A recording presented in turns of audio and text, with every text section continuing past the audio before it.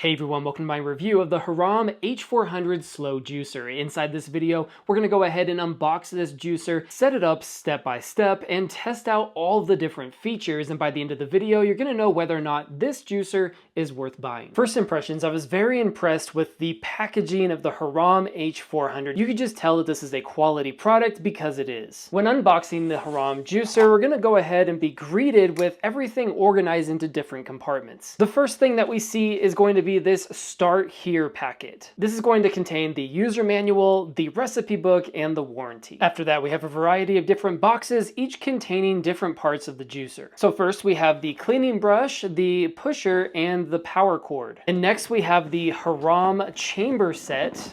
And then finally we have the Hurom body and cup. And this is going to be the largest box because it contains the majority of the juicer. Now, I was sent this juicer by Hurom to test inside this video, but you're only going to get my honest opinion after we actually use it to make cucumber, strawberry, and watermelon juice. Speaking of juice, I love that Hurom includes a juicing recipe book. And it's actually a halfway decent recipe book because it contains pictures and recipes for all different types of juices. Moving on, inside the smaller box, we're going to have the power cord, the pusher, and the cleaning brush. And if we take a look at our next biggest box, we have the chamber set, and that looks like this. It's actually fairly large, and you're going to be adding your fruit to this top compartment. This spout right here is going to be for the juice, and then the back spout is going to be for the pulp. And lastly, we have our largest box here, and this is going to be containing the body and the cup, which when looking at it, was way larger than I expected it to be, and our cup is even larger than 20 ounces, which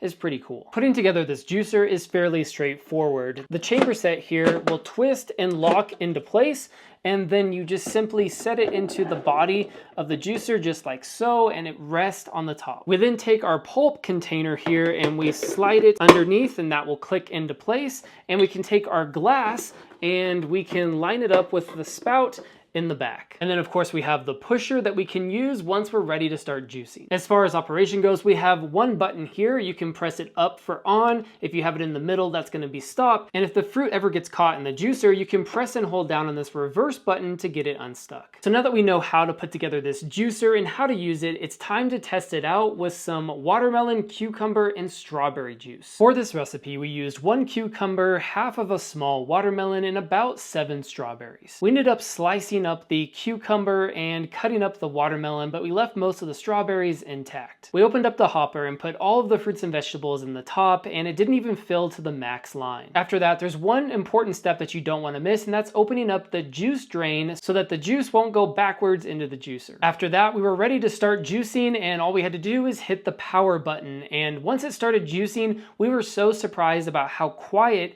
this machine was. Take a listen.